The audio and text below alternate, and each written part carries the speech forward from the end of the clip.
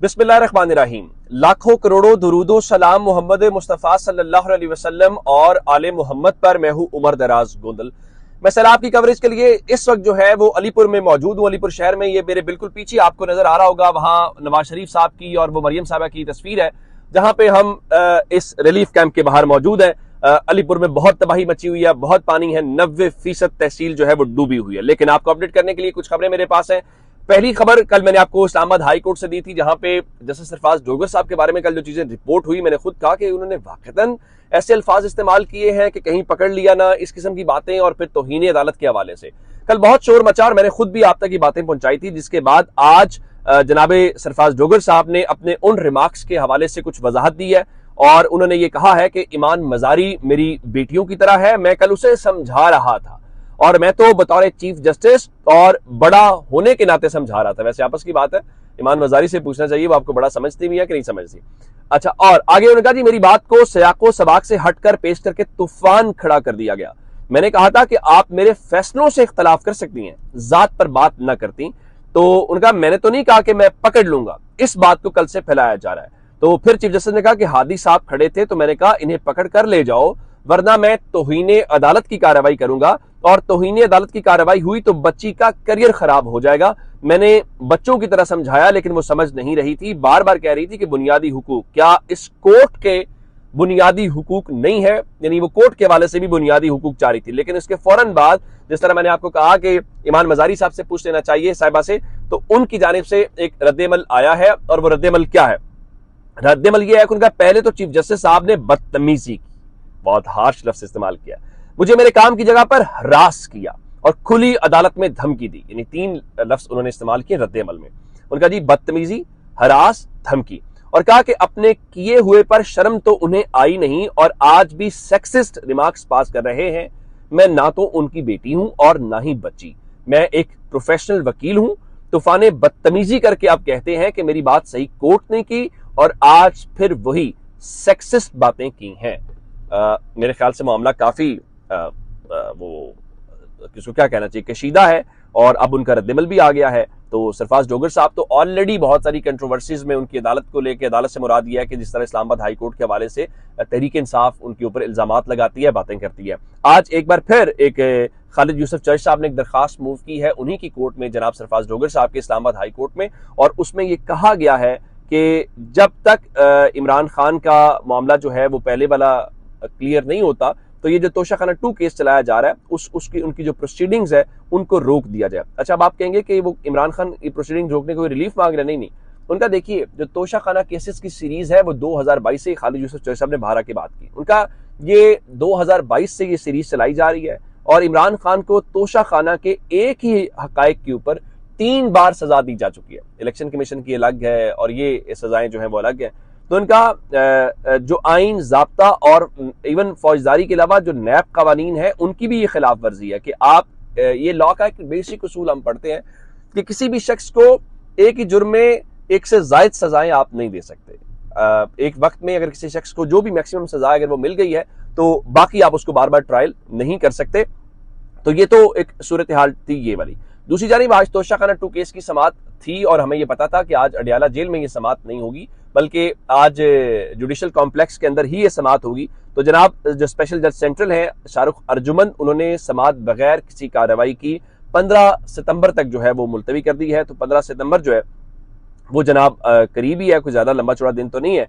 तो अब देखते हैं कि उसमें क्या होता है। होना क्या है, इस मामले को लटकाया जाएगा। कब तक लटकाया जाएगा? ये तब तक लटकाया जाएगा जब तक अगले केस में इमरान खान को सजा नहीं हो जाती, और सजा इमरान खान को दिए जाना जरूरी है क्योंकि इमरान खान को जेल में रखना है और इमरान खान किसी डील पे, किसी उस चीज के हवाले से तैयार दिखाई नहीं दे रहे। और आज बैरिस्टर गौहर भी यही कह रहे थे कि डील का लफ्ज हम मुस्तरद कर चुके हैं, कोई डील नहीं हो रही। कोई डील होती तो इमरान खान 2 साल जेल में ना गुजारते।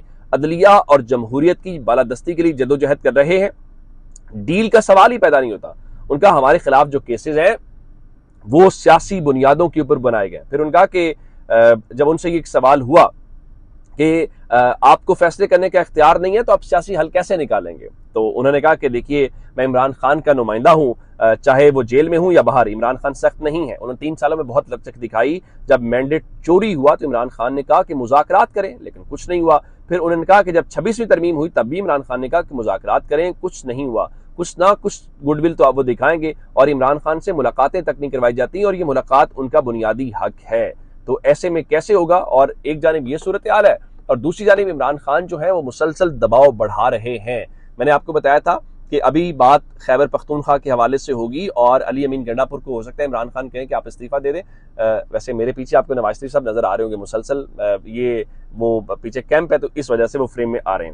اچھا خیر، گنڈا پور صاحب والا جہاں تک معاملہ ہے تو گنڈا پور صاحب کے حوالے سے آج ایک اہم چیز ہوئی ہے، اور پاکستان تحریک انصاف جو خیبر پختونخوا ہے صوبائی، اب اس کا مطلب کیا ہے، یہ جنید اکبر صاحب والا گروپ ہے، تو ان کی جانب سے ایک قرارداد پیش کی گئی ہے اور لکھا گیا ہے کہ عمران خان کا وی این اور Khyber Pakhtunkhwa P T I قرارداد، اور اس قرارداد کے اندر انہوں نے یہ کہا ہے کہ عمران خان کی روشنی کے حوالے سے جہاں بہت ساری باتیں ہیں تو اس میں انہوں نے کہا جی اگر آخر میں اجلاس قرار دیتا ہے کہ اگر وفاقی حکومت آپریشن یا یک طرفہ معاہدوں پر اصرار کرتی ہے تو صوبائی حکومت کو سرپرست اعلیٰ کی ہدایت کے مطابق اپنا تعاون واپس لے کر خیبر پختونخوا کے عوام کے ساتھ ڈٹ کر کھڑا ہونا ہوگا۔ اور اس کے علاوہ انہوں نے علی امین گنڈا پور سے عمران خان کی جو ہدایات ہیں ان کے اوپر مکمل طور پہ عمل درآمد کرنے کا مطالبہ کیا ہے، اور اب دیکھنا یہ ہے کہ کیا ان ہدایات کے اوپر عمل کیا جاتا ہے کہ نہیں کیا جاتا۔ یعنی آپ یوں کہیے کہ پاکستان تحریک انصاف اندرونی طور پہ اب علی امین گنڈا پور صاحب کے حوالے سے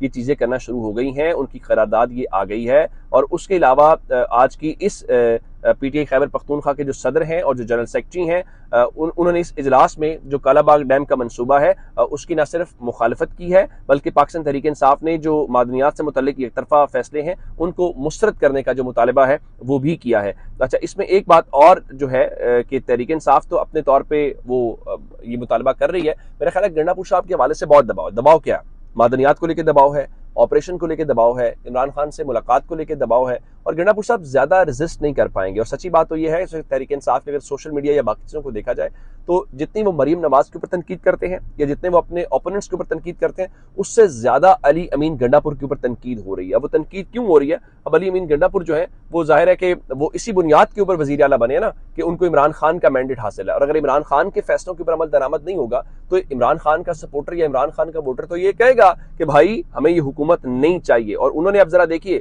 حکومت کے لیے کیا مسئلہ ہے، حکومت کے لیے مسئلہ یہ ہے کہ وہ استعفے دے رہے ہیں، اور حکومت کو پتا ہے کہ اگر آپ نے قائمہ کمیٹیوں سے استعفے منظور کر لیے، کل کو وہ اسمبلیوں سے نکل گئے تو آپ ون وے ٹریفک چلائیں گے، اور ون وے ٹریفک جو ہے اس کا پھر کوئی فائدہ نہیں ہوگا، آپ اکیلے دوڑیں گے اور اس ون وے ٹریفک کے اندر آپ اکیلے دوڑ کے بھی زیرو پہ ہوں گے اور آپ پہلے نمبر کے اوپر نہیں آئیں گے۔ تو اب انہوں نے اسپیکر قومی اسمبلی کے حوالے سے خبر میرے پاس آئی ہے کہ انہوں نے پاکستان تحریک انصاف کے جو ارکان نے قائمہ کمیٹیوں سے استعفے دیے ہیں ان استعفوں کو منظور کرنے سے انکار کر دیا ہے۔ ابھی تو یہ قومی اسمبلی ہے، وہ تو سینٹ سے بھی استعفے دے رہے ہیں، تو آپ کہاں سے ان کے استعفوں کو مسترد کریں گے؟ اور جب آپ استعفوں کو قبول کریں گے تو بھی الٹا آپ پہ دباؤ ہے، آپ قبول نہیں کریں گے، مسترد کریں گے تو بھی لوگوں کو لگے گا دیکھا گورنمنٹ جو ہے وہ دباؤ کے اندر ہے اور وہ اس وجہ سے چاہ رہی ہے کہ ہم ان استعفوں کو قبول نہ کریں۔ تو میرے خیال سے ان کے لیے وہ کہتے ہیں نا کہ آگے گڑھا ہے پیچھے کھائی ہے، آپ آگے گریں یا پیچھے گریں، گرنے کے علاوہ فی الحال کوئی صورت جو ہے وہ نظر نہیں آ رہی۔ تو جناب یہ اب تک کی اپڈیٹس ہیں، اپنا بہت سارا خیال رکھیے گا، خدا حافظ۔